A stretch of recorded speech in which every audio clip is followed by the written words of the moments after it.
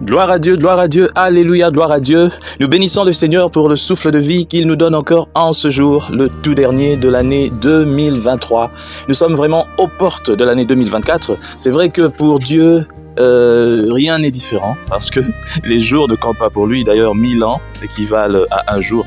Mais pour nous les humains, une nouvelle année, c'est le signe d'un nouveau recommencement. C'est le signe d'un nouveau départ.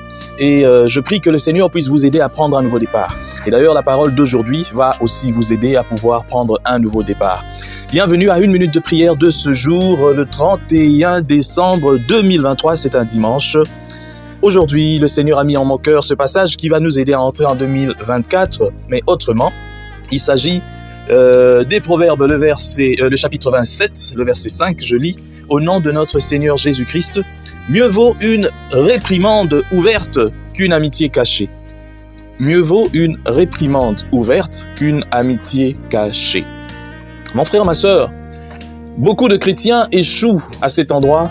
Beaucoup de chrétiens n'ont pas le courage de dire à l'autre ce qui est mal, ce qu'il fait de mauvais, ce qui leur reproche.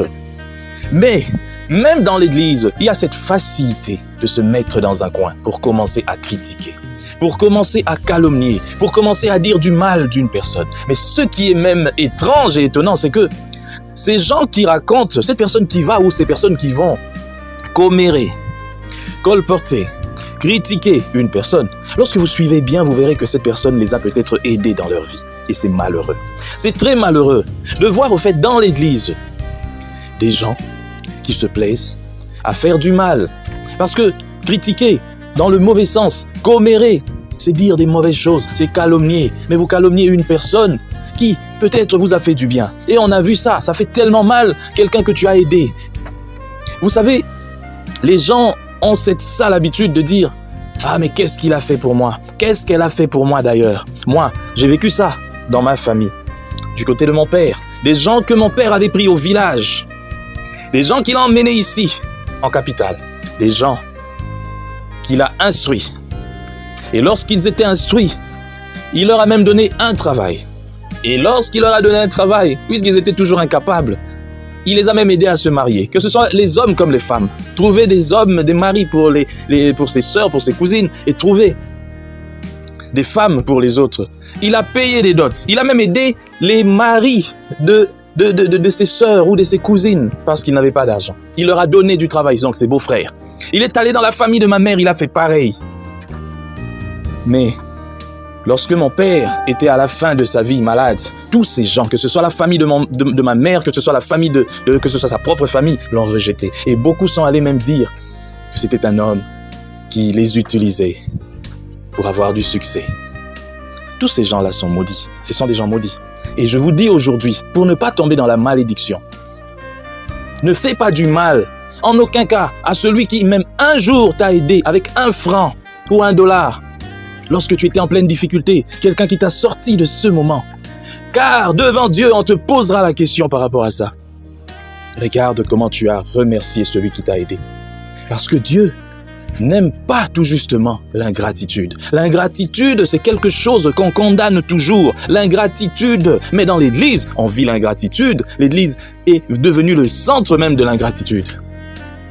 L'ingratitude envers son pasteur, qui vous enseigne, qui vous encadre, qui prie pour vous. Vous êtes sous sa coupole. Dieu vous bénit parce que il est là. Quels que soient ses défauts, il est là. Dieu regarde, lorsqu'il regarde dans votre église, lorsqu'il regarde dans votre ministère, il voit celui que lui, il a installé. Et il vous bénit par lui. Mais tu as la bouche pour aller le critiquer, mais tu es maudit. Je le dis ouvertement avec un grand M, tu es maudit. Tu as la bouche pour colporter contre lui, tu es maudit. L'ingratitude dans l'église.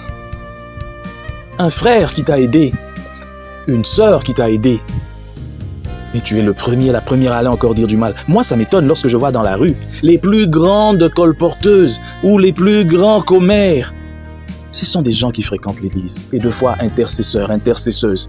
Frère, je ne sais pas de quel ministère prophétique, mais lorsqu'il ouvre sa bouche, ou lorsqu'elle ouvre sa bouche, c'est pour dire des commérages, des mensonges sur les gens, et même des demi-vérités. Ou alors c'est pour détruire les noms des gens. J'ai toujours dit, celui qui détruit le nom de quelqu'un est en train de préparer sa propre destruction, mais d'ajouter celui qui détruit.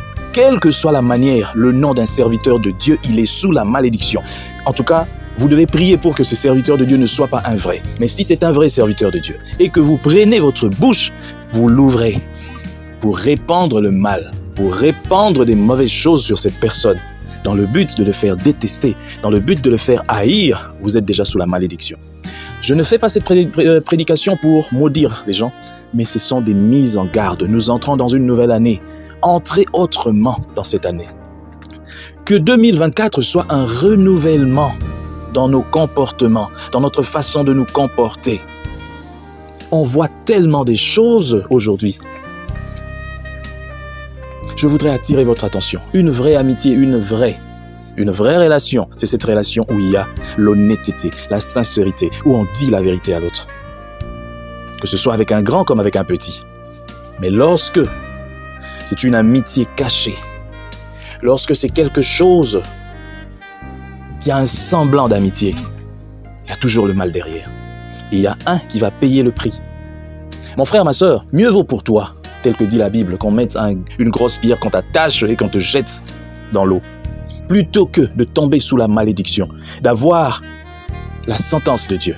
Moi, je prie pour que chaque chrétien, chaque chrétienne soit consciente, dès aujourd'hui, de savoir comment museler sa bouche face à certaines choses. Ces derniers temps, on a entendu tellement des choses. Il y en a qui se sont moqués des serviteurs de Dieu, des grands. Je les appelle grands, oui.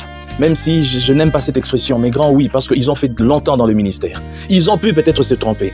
Et vous, qui fréquentez l'église, deux fois, ce sont des pasteurs même qui vous poussent. Mon frère, ma sœur, il y a ce qu'on appelle la malédiction par procuration. Ton pasteur t'induit en erreur, c'est-à-dire te pousse à aller critiquer un autre pasteur, et toi, tu le fais en étant heureux, en étant content. Mon frère, ma sœur, ton pasteur sera protégé, mais toi, tu tomberas sous la malédiction. Ce serviteur de Dieu-là, s'il s'est trompé, laissez-le. Dieu va le rappeler. Mais c'est pas à toi. C'est pas à toi d'aller le dire. Il y en a beaucoup, les serviteurs de Dieu d'aujourd'hui, tout. Mais qu'est-ce que toi tu fais pour le royaume? Tu ne fais rien. Mais pourtant, tu fréquentes l'église. Tes paroles vont te juger.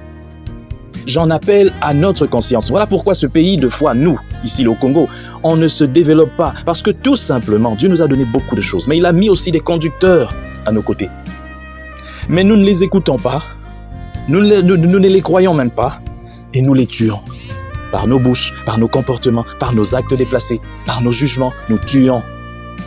Que le Seigneur nous aide à pouvoir assister ces gens que Dieu a placés à nos côtés. Parce que nos bénédictions dépendent d'eux. La paix dépend de ces gens. Prions pour eux. Lorsque nous voyons qu'ils ne sont pas dans la droiture, ils sont en train de s'égarer, prions, Seigneur, si celui-ci est vrai, Seigneur, qu'il retourne sur la bonne voie. S'il n'est pas vrai, Seigneur, déclasse-le. Sinon, il est en train de faire la honte à l'œuvre de Dieu, à ton royaume. Que le nom de Jésus soit glorifié. Nous prions.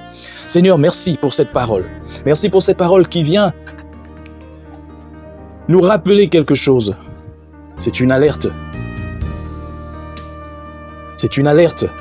Nous ne devons pas tomber dans des mauvaises choses, dans des mauvaises pratiques. Nous ne devons pas tomber jusqu'à aller commencer à faire du mal volontairement à tes serviteurs. Nous ne devons pas être des ingrats dans nos relations aussi entre frères et sœurs. Un frère qui m'a aidé, ne fût-ce qu'une seule fois. Je n'ai pas le droit de le détester, d'aller même le détruire. Si je veux le détester encore dans mon coin, c'est pas bon, Seigneur, c'est vrai.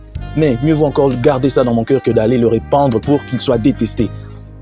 Aide-nous, Seigneur, à ne pas être des personnes qui emmènent les autres à détester les gens.